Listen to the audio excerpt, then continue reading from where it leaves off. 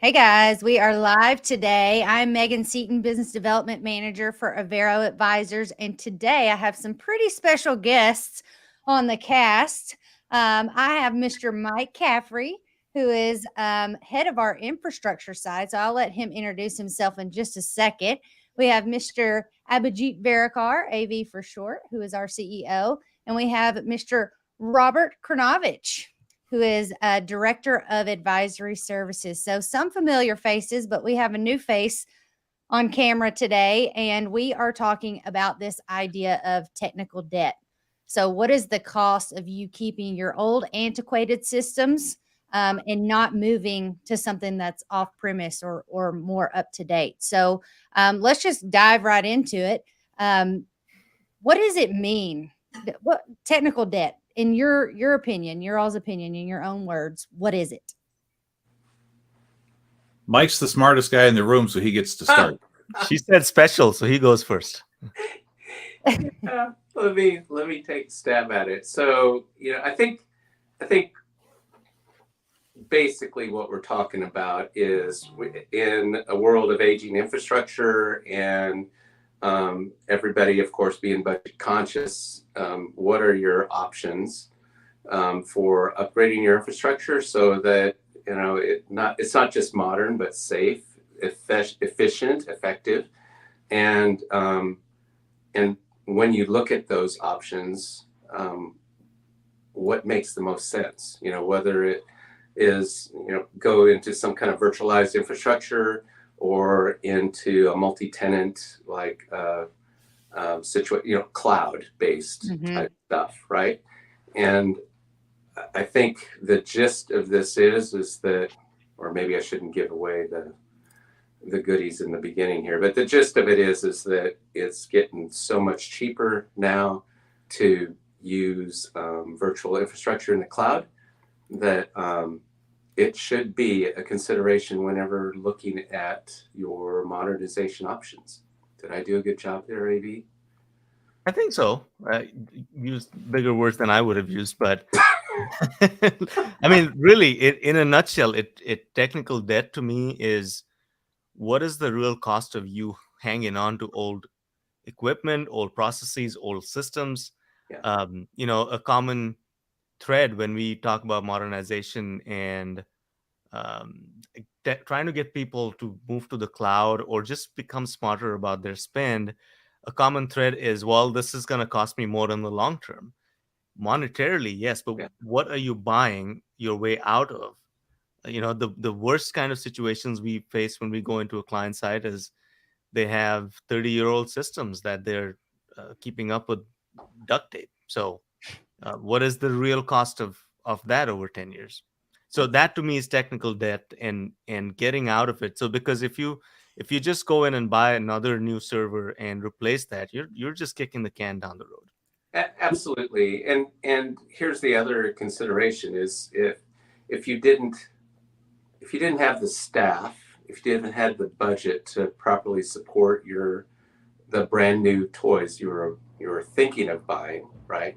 Then if you didn't have that budget before, what makes you think you can manage it effectively, in the future? That when you're looking at virtual infrastructure, I'm looking for whoever owns the physical piece of that to take care of some of that responsibility for me, right? Mm-hmm. So firmware upgrades, version upgrades. I'm looking for offloading some of the risk that comes with maintaining that environment to the people that I'm now going to pay to host it for me, to the people that are going to host my application and my data. And then that could be an and/or statement, my application and/or my data, right? I've always liked the cost control aspect of it. I mean, you can, especially if you're migrating things yourself into a hosted environment, you can spend exactly what you need to spend for what you need that day. Yeah. Traditionally, when you buy IT hardware, you always had to buy for a 5-year life cycle in some cases. I got to spend a hell of a lot of money to be able to buy a device or a server or platform that's going to last me 5 years. And you almost have to reach into that realm of being able to predict beyond your skill set to what that's going to be. So I traditionally saw people that would overbuy in a lot of cases because they were just conservative, or they would underbuy a platform that they know is only going to last them a year or two. It was a Band-Aid.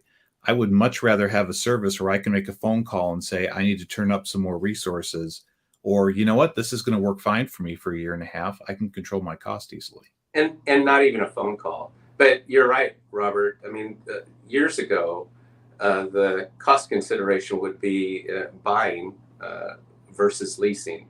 But the leasing option from years ago now comes with all of the bells and whistles that a virtual operation can benefit from. To your point, I can look forward in a pretty static environment. I can look forward to a monthly cost of doing business. It will always be the same. There won't be, oh my gosh, that piece of hardware that thankfully I overbought because now it's redundant. I've got to spend X amount of money to get it fixed or make changes to it because maybe I didn't properly architect it. I don't even need to make a phone call. I can go out to a virtual dashboard, right? And I can add resources. I can modify, reconfigure. I can do all of that stuff on the fly. And by the way, in doing that stuff on the fly, I haven't introduced risk into an environment, which typically goes hand in hand with change, right? I'm changing my production environment. Why would you do so during the day? Well, in a virtual environment, you can do so and still be safe.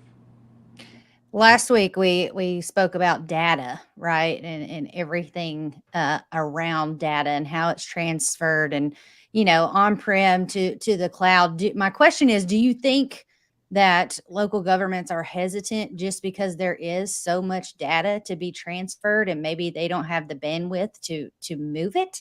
What are your thoughts on that? I think I don't think it's as deep as that, but I think that brings up a good point. I think that can be and should be a consideration, but I think there's still a reluctance to put your business critical applications and data into this unknown space, even if it's better than the space you currently have. Does that make sense? Yes. Yeah, that's what I see too. It's a fear of the unknown. They simply just do not know. They've never taken the step to even look at hosted. And what we tell a lot of our clients is, I can give you 20 talking points about this. What it boils down to is you're running out of ERP vendors that are going to allow you to have an on-prem.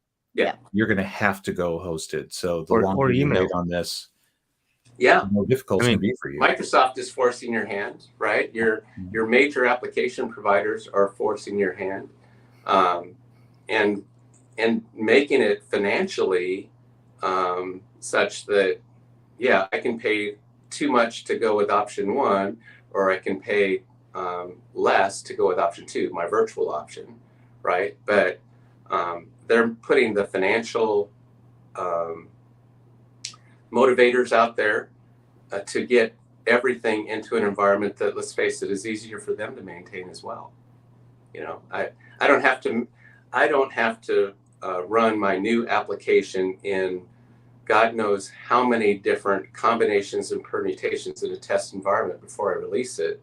Now it's a pretty vanilla environment. I'm testing that new version of my software in because let's face it, I've got the environment. It's hosted by me in many cases, or I offered the option that, again, this virtual environment can be put up in anybody's cloud, AWS, you name it. You can put it in their cloud and operate just as effectively. Mike, what are you guys seeing as far as the major reasons for resistance to this? What seems like a logically sound path forward? So, and I hope I don't offend anybody. I know I won't offend anybody on video, but I think it's what Robert said. You added the word logically in there, and logic has nothing to do with it. You look at 25 years ago, what many people didn't realize is that a lot of their personal transactions were already in at least one and maybe a dozen clouds at that point, right? And if you look at what's near and dear to us, our family, our money, I would put my business at risk, but I won't put my family at risk. You know what I mean? There is no logic there. They use iCloud and Google all the time, yes, in a cloud environment, but suddenly when it comes to their infrastructure, it's a different perspective for them for some reason.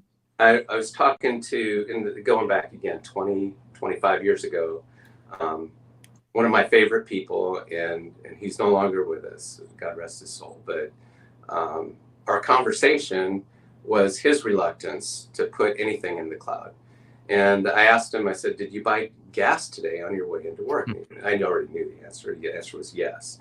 And I said, so how do you think that transaction went? You put your credit card in the pump, right? Where did that transaction go? And I don't know. And I said, well, you do, right? And we named, here's the vendor that processed your payment card transaction. Here's the vendor that took that transaction and forwarded it over to your bank to debit your account, right? Or authorize the transaction, right? And then it went over here and then it went over there. I said, you've been in 5 clouds this morning before you went to work. And so again, back to your point, AB, I don't think this has to do with logic. I think this is what Robert mentioned earlier. It's this feeling that I'm uncomfortable with my data being somewhere that I can't touch. Yeah, but are they? And when I say they, I'm saying the decision makers, right? We go to this person or organization that has a problem, and it's them saying we can't do what you're recommending, and you can't say it's because I feel bad. The reasons coming out are, well, this is going to cost too much. We don't have the budget this year, and there's something or the other that eats the homework. Yeah, I mean, I just had lunch with one of our favorite CIOs, and we were talking about cost considerations, which, as a taxpayer, I want to know that my leadership, and near and dear to us, right, our IT leadership, is cost conscious when they're making these decisions. But what we were talking about over lunch is the algorithms for charging you for data in and out of the cloud, ingress, egress, the costs for provisioning more processing power, more terabytes, whatever it is you're renting, right? All of that has come down and it's adjusted and different from the leasing logic, that was thrown about, 20, 25 years ago, lease versus purchase. The numbers are real. You can, as Robert pointed out, just provision what you need. And then later on, if you need more, buy that, right? But in the meanwhile, and this is what I like about the conversation over lunch, in the meanwhile, let's attempt to implement policies that limit the growth that you're experiencing or you're anticipating, right? I mean, if you're talking about storage alone, and to what Megan said earlier, that ingress egress fee and the amount of data and how long it would take to move data from on-prem to the cloud can be quite expensive, right? But if you're talking about the cost of putting up there only what's required, if you applied, again, there's that logic word again, if you applied logic to it and policy to back it up, and this guy, they have policy, they've just never used policy to determine what actually went up in the cloud. This is a much cheaper option, not just for putting the data up there, but for putting it in a resilient space, something that they couldn't otherwise afford. And if this is on-prem, I've got to stick my data in at least 2 different areas, at least 26 and a half miles apart, to Mhm. protect myself from a natural disaster, a natural one, not the unnatural one called cyber event, a natural disaster like a tornado, a hurricane, Flood or earthquake, fire. Yeah. exactly, something like that. 26.5 miles apart. How many of us have the luxury of spending 2x the money and creating that distance between the two, and just to mitigate one type of risk, and not a likely risk either, by the way. And I by the can do way, that in one fell swoop in the cloud. yeah, and by the way, most IT shops and local government don't realize their employees are already using cloud for file sharing outside of your system. I just, Yeah. in recent weeks, I read another draft report that we were doing for a client, and that's exactly what was going on. The employees had already found a way to better collaborate and share files because the existing process was just so cumbersome and unpredictable and disorganized. Robert, I thought you were alluding to something I just found out yesterday.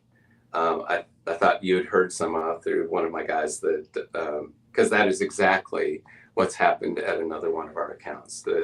The upfront answer is no, we don't do that. And then my guys, when they're doing their due diligence over the weekend and helping somebody, of course there is, right? Yeah. That paving the cow path thing might work some places, but when you bring that up with that CIO, CTO, director of IT, right, they're almost horrified to find out that somebody within their ranks has already found a better way, just hasn't told them yet. And by the way, if it was so significant financially, they would have seen it pop up on their budget, right? On last month's bills, they would have said, oh my gosh, we spent $1,000 more than we had anticipated. Who out there is using the cloud to store data, that I didn't approve? It's not like that anymore. I think at very high level, there's a mindset issue that Avi and I addressed in one of our recent videos. Mm-hmm. In local government information technology, they tend to be implementers, not innovators, for a variety of reasons. Yeah. And that's a separate topic we can continue to talk about. But in comparison to what we see in the private sector, the minute there was an advantage, cost, or business continuity or disaster recovery to going in the cloud or leveraging cloud, private industry went after it immediately and became early adopters of it. Yeah. Because they have to be innovative because there's a profit incentive behind getting the maximum out of your investment. And we know that that's difficult to define in terms of local government. It's a completely different type of operation. So they tend to be more implementers than innovators. And I think that's one of the reasons why they get caught in these traps where they're not able to see what really is out there and what is useful, because they're just, as we always say, they're so siloed. They're focused on their own internal world. They don't have time to take a look around, which is why we wind up being brought in to help clients, because they don't have the capacity or the ability to look at the innovation. They leave that up to us. Well, so I guess I would soften that message a little bit, right? I agree with the high level statement, implementers versus innovators. And sometimes, because the frequency of innovation lends itself to how good are you at implementation, right? But I would go so far as to say that somewhere in the last 10 to 20 years, when staff's headcounts get reduced, I don't think they have the time to be innovators. Mm-hmm. You know what I mean? It's difficult to have your head on a swivel out there in the wild looking for the new things that might fit in your environment. Our guys have the luxury of that, right? But when you're looking at a staff of 2, 3, 5, even 20 IT guys that are covered up with responsibilities and only able to tackle maybe 50% of what they've been tasked with, when do you have time to look at those new things out there and say, you know what, it's time for change? I think that's what's created the marketplace for us, but without making it sound too much like somebody fell asleep at the wheel here, therefore that's our opportunity. I'd go a little bit the other way and think that these guys, there's only so many hours in a week. When were you going to find the time? I think on the whole,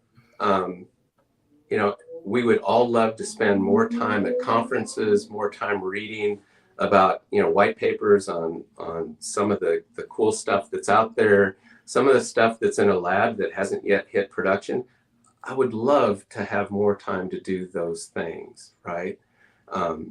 But even our guys, while we're attempting, to guide somebody through some kind of a break fix incident, even our guys are so heads down focused on fixing the problem du jour that we aren't looking up enough to look forward to what is the private sector given us that is applicable today. I feel like sometimes, maybe Robert, you feel differently, but I feel like sometimes like this whole cloud thing has kind of come into prominence yet again. Where 15 years ago it was like all the rage, and then seemed to go away. And since more cash has been injected into public sector, that maybe it's reared its head again. It feels, I don't know, it feels like there's a resurgence of interest. That's another thing we can put on the pandemic, right? I mean, local government did not have to change until about 3 years ago. And then they seriously had to look at how they did things. And remote access and sharing of data became serious issues. And I think in a lot of ways, it was easy to get away with, hey, it's been working for 3 years. Let's let it go for another 3 yees. They didn't have to. And I think they got forced into it. And one of the points you made early on, I think, is very true. We also learned during the pandemic through helping our customers, a lot of these options are a lot cheaper than they used to be. Yeah. They're affordable, they're accessible. There's no longer an excuse that only private sector can afford to make an investment like this. And I think that's what changed the dynamic in the past several years. Yeah, it's not so much innovation, right? But this whole discussion started. Is it innovation anymore? It's a necessity. Yeah, in a lot of ways, or it's at least getting there. Well, you're right. I mean, these aren't fresh ideas, that have found a new home, right? These are now tried and true, not just ideas, but products and pricing that has matured over a period of time. And like you were saying, Robert, now that COVID money has made investment in your IT infrastructure more palatable. Now we can look at some of these things that maybe were just a pipe dream before. And again, the detractor from that is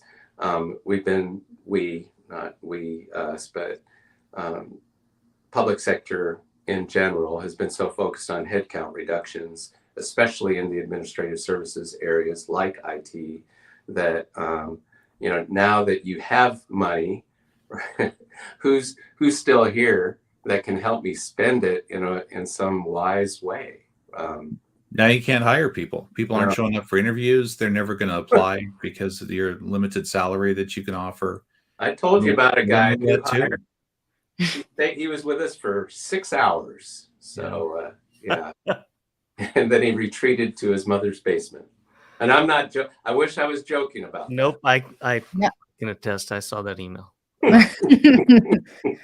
Guys, I think this is a great conversation. I mean, I've only asked one question. So I mean, this is a great topic. And it's one of the questions I think that we're asked a lot when we go out and we're at conferences. One of the number one questions, at least that I get, is, hey, do I stay on-prem or do I move to the cloud? And really, you should move to the cloud, right? Because at some point, as AV mentioned earlier, these on-prem solutions are going away, right? So thank you for your thoughts around this topic. But Kent has a question in the chat. Thank you, Kent, for joining us today. He says, can you share a real world example of a project that struggled with technical debt and how it was ultimately resolved? struggle with technical debt and how it was resolved. Okay, so we had a client who was given I'm trying to choose my words here so I don't. Just don't name them. You can be. Well, Yeah. no, I mean, there was a lot of players involved. It wasn't just the client, but so basically you had an aging hardware, right? And on that you had proprietary operating systems. So we're talking about a mid-range system, and you had a key application suite, their ERP, right? And they brought us in for other reasons, but while we're in there doing, our discovery, what we find is the business partner that they had paid to update the operating system, patch it, and bring it into current. This would have been 2022 current. They hadn't completed the work, right? And the client had not heard from them, but they weren't aware that their vendor had not completed the work. So we went in there, took a look at it, and we looked at the effort of porting that all up to a hosted cloud. So maintain the version of the application software, the data, everything remains intact, port it up to a virtual host, roughly 1,500 miles away. And now it's somebody else's responsibility, which comes built into the monthly fee, right? But somebody else's responsibility to make sure that that environment is maintained, it's current and supported, right? Hardware and the problems that come with owning the hardware, no longer a problem. Nobody loses their job over it. Everybody has similar responsibilities. It's just that now when I'm doing my job in working that application, I'm working with a virtual application on a virtual host in Minneapolis. I think, and what's interesting about it is how quickly you could do something like a complete ERP system for a city that roughly 30,000 residents. I think that same client, Mike, also, this is other way of looking at technical debt is they had bought equipment brand new, unopened in boxes that sat there, not installed, because they didn't know how and they didn't know where to begin. But they had come into some money through a grant or something for modernization. Yeah. So they went out and bought a bunch of stuff. I think it was Cisco routers, Meraki, one of those things. And when we come on site 6 to 8 months later, these things are running out of warranty. They've never been hooked up. The boxes have never been opened. Yeah. Talk about technical debt. You've paid for these things up front. Yeah. And now you don't have support or use equipment. That was at that time. I remember thinking, how can this be? How can it be that you could have, in that case, over $100K worth of equipment still in boxes, warranty clock ticking, right? Mm-hmm. And not be deployed in any sense of the word, right? Yep. And yet we've seen that since, not a lot, but enough that it keeps reminding me that it's got to be.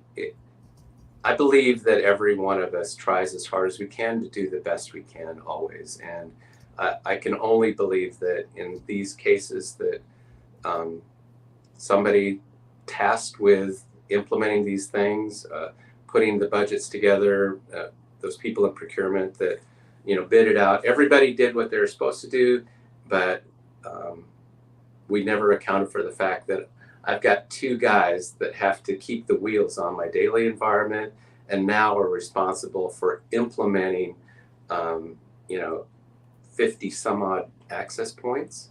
Yeah. And then somehow using a dashboard or setting up a dashboard for a vendor I've never used before.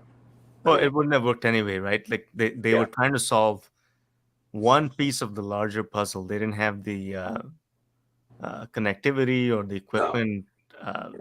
You're right. There was a lot more To complexity. use the stuff that they had bought. Yeah. So then it stayed unboxed and unused for a few more months before we could, figure all of that out. But in the beginning, it was things they should not have bought or waited on while you did the overall architecture of the newer system. So to Megan's point earlier, I don't think, and the inside joke among consultants is the answer is always it depends. So this isn't a wholesale everybody move everything to the cloud kind of thing. It's still a depends type answer, right? But if you are going to stay on-prem, right, and if you don't want the assistance, of a company like us, then what you should be doing is paying your vendor to do the install. They might not do the configuration for you, but at least you will start to realize the value of your spend, and instead of having it sit in boxes, which I'm sure a lot of people listening right now, well, that would never happen in my environment. Well, guess what? That's what everybody says. Yep. So that's the reality of it. Dawn Marie actually has a question here in the chat, and it's a simple one, but it's a big one. What's the number one reason local governments move to the cloud? In your all's opinion, I guess. Yeah, the one that comes to mind for me immediately is business continuity and disaster recovery. I don't know if it's the number one reason, but it's the one that actually would allow me to sleep at night easier, knowing that not all my data is sitting in one room or one part of a room waiting for a natural disaster or a simple problem with buildings plumbing to take me down for days, if not weeks. That's the first thing that comes to mind for me. But I don't even think it has to be that. I don't think it has to have that doomsday background, applied to it, that gets you over the hump. It's all the little things that many of these clients don't do, and they don't know they're not doing it, right? So the simple care and feeding of this on-prem equipment, which includes monitoring and alerting, if it's set up properly, right? Which includes, I may be configured correctly today, but in my changed environment, because maybe I added a major application, maybe I removed some stuff, but in my changed environment, 6, 9 months, 12 months from now, is it still optimal, right? Did I look after that? When we come on site and we do discovery, it isn't, hey, sky is falling, the whole Chicken Little thing. But it is showing our clients, our prospects data to show that there's some basic things. We can do it for you. You could do it yourself. We prefer that you do it yourself. But what we prefer more than anything else, even if you don't do business with us, is that you do these things because these are your basics. Your basics many times have been unattended. So Don, when we're talking, speaking directly to your question, what gets people motivated to make that change, to move things to the cloud? It's an executive coming to the realization that I am maybe understaffed or underserved in my current environment, right? And now I can afford to do the things that I need to do, right? And it's not that much either, right? But I would like to go ahead to follow up that question with what advice would you all give to an executive leader who maybe this is sitting in the back of their mind. They know they need to make a change, but they have employees that are very resistant to change. And maybe if, they're scared to implement change because, they're going to lose employees. Right. And so it's like balancing out what do I do? So what advice would you give to those executive leaders?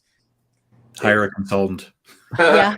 I mean, we joke about emotional, that, man. right?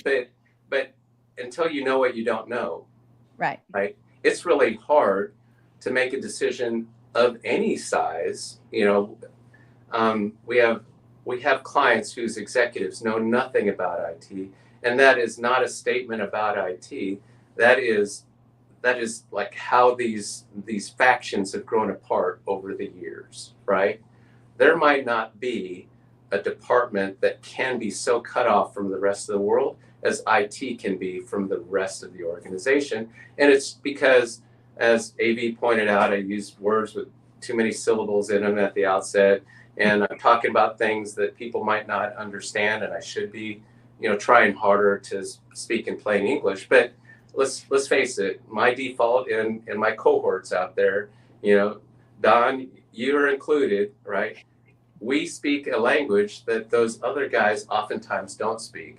And when we look at them nodding at us while we're telling them these things, we're thinking that those are nods of understanding. Could be nodding off, right?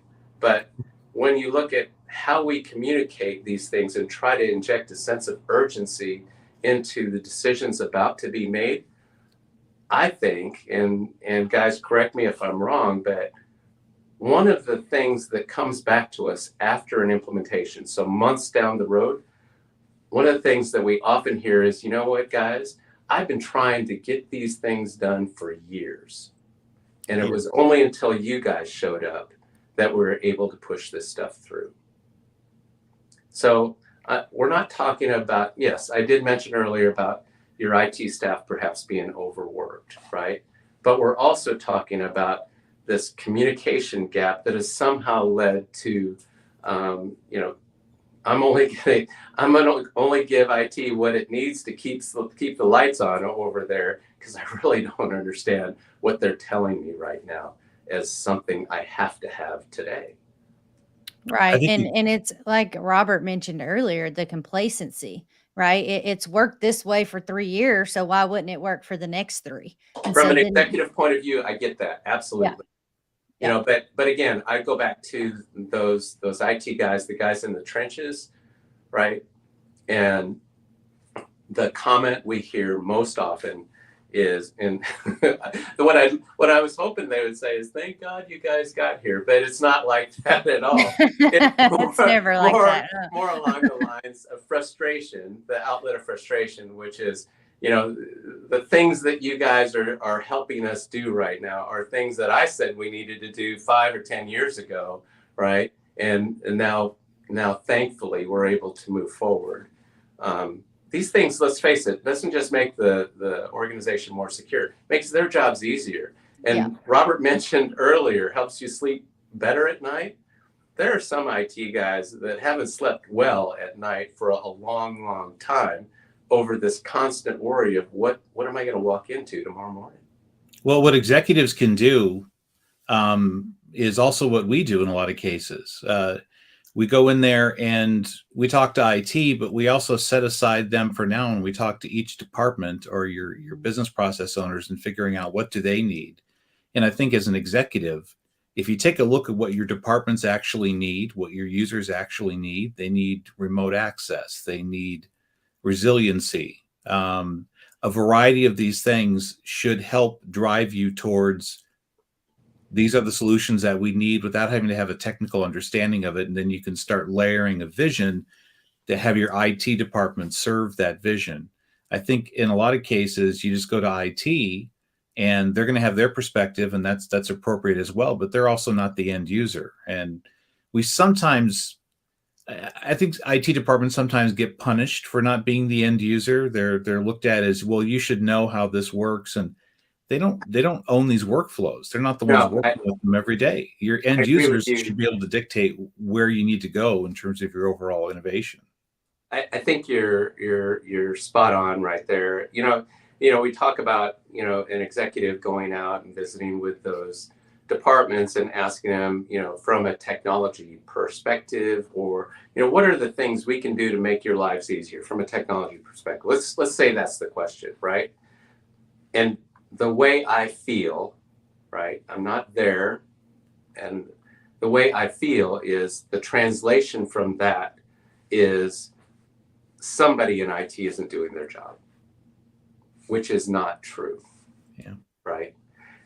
I agree that anybody, us or their existing IT, or, I don't know, pick a person, can go from department to department and ask that same question. We're all going to get the same answer, but turning that answer into some kind of action plan still requires the support of those executives, not playing the blame game, but now turning that energy over to IT and saying, okay, now that we have this short agenda of things that we need to do to make the lives of our users better, what do we need to do for you, IT, that would help you turn that into an action plan? And I think that's the missing link right there, guys. AV mentioned COVID, earlier, and I agree that cash injection helps a lot.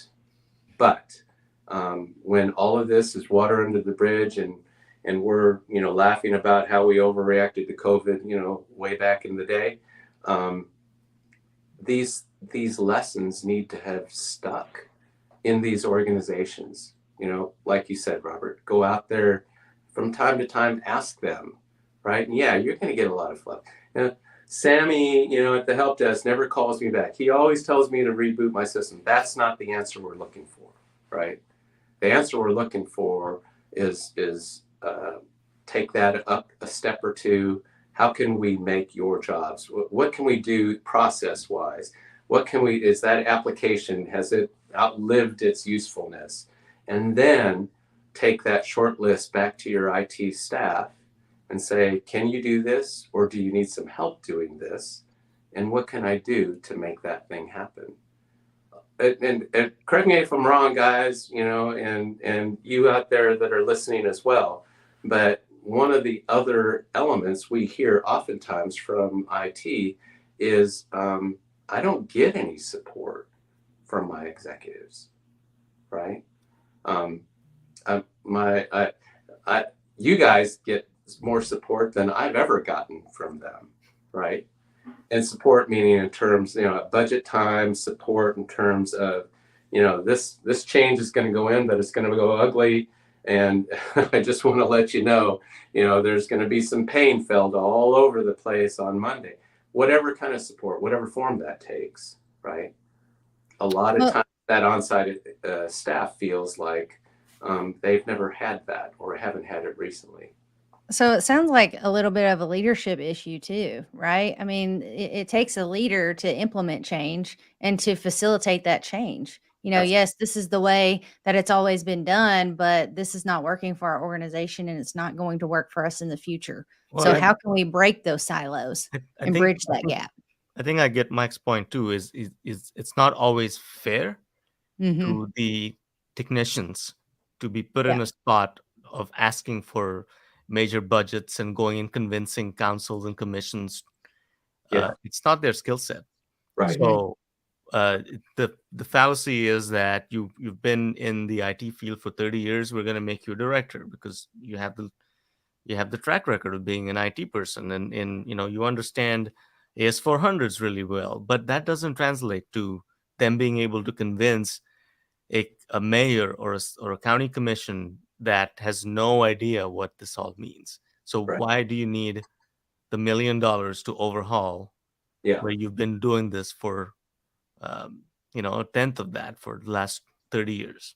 So translation and it takes somewhat of a sales approach. You're not going to get it in the first year, but you have to work on the powers that be that approve, that hold the purse strings. You can't just expect them to understand that until things break to give you a large infusion of cash or a new budget. So Michael Scott comes to us with, how can technical debt be measured or quantified, and what are some of the tools or techniques for doing so? Let me take that from an accountant standpoint. You can't. Ooh, I mean, you can, like, this is one of those questions where it's like saying, what's the ROI on the modernization project? For a government agency, right? If it was a private sector entity, if it was a petroleum company, you could say, because of these modernizations, we're doing X faster than we were doing last year. But for governments, what is it? Collecting taxes. better and faster? Sure. But again, you have to make certain assumptions to come up with an ROI, and the assumptions need to be agreed on by everybody. So how do you measure technical debt? I think we have to come up with those assumptions on what impact it's going to have for you to stay where you are with your disjointed systems and older infrastructure. But even Right.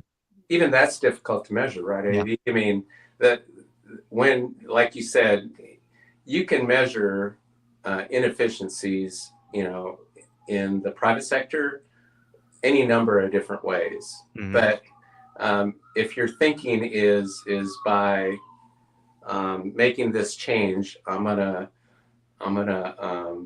collect taxes more effectively or fees more effectively. What if you don't, right? Nobody's leaving the county or the city because the system was slow, right? People can be pretty dang upset with the city-owned utilities, and whatever happened there, and stay. They will remain a customer, as opposed to in the private sector, people don't like the service you provide. They're going to go to your competition, Yeah. and in short order. So how do you measure? To your point, there is no measure, right? And I completely agree. Having been in so many council meetings in my past career, a council will love to ask you ROI questions, but they will never define what that means. Yeah. And I think they give the consultant answer too behind the scenes. It depends. Depends if the mayor's running for re-election this year. Yeah.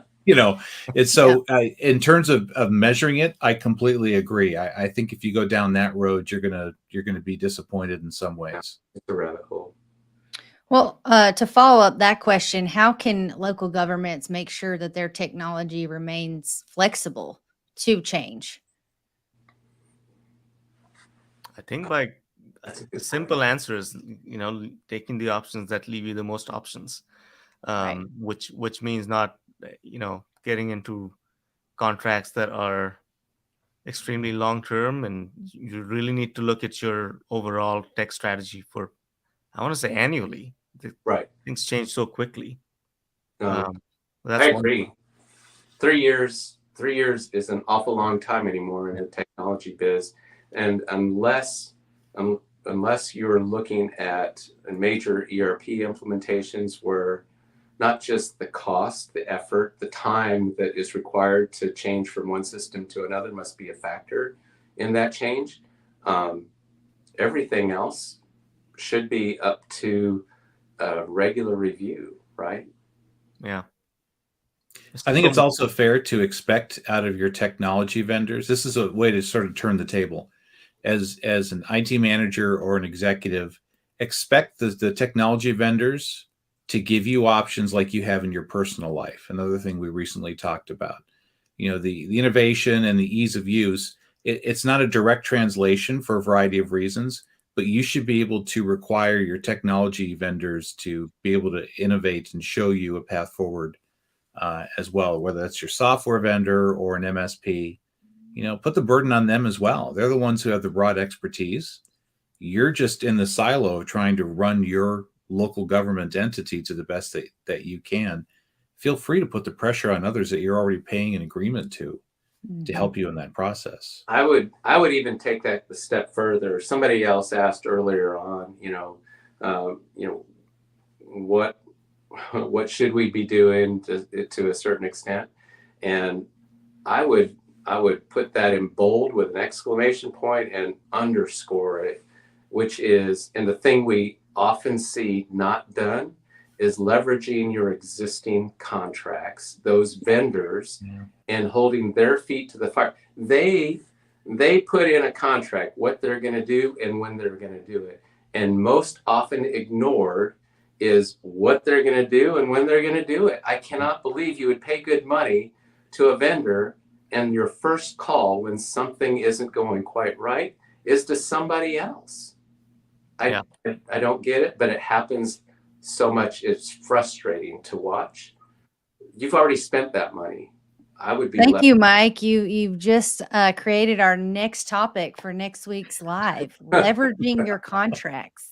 I The am do's so and don'ts. frustrated with watching that happen. We're gonna have you back on to talk about that. You seem very passionate about that topic. It's restating the obvious, and oh my gosh, I don't mean I don't mind being the guy, that comes in and says, did you call, and then fill in the blank first. I don't mind being that guy. It's that when it happens over and over and over again at the same account, where I feel like we're missing the point. Yeah. We agree. Well, I'm going to wrap us up, guys. Thank you for joining me today. This was a great topic. I think there was a lot of good information put out there for our viewers. Viewers, if you guys want to hear from us, please reach out to us on all social media platforms and send us some topics. We'd love to hear from you. But thank you all, and I hope you guys have a great end to your week. Thanks. Bye-bye. Take care.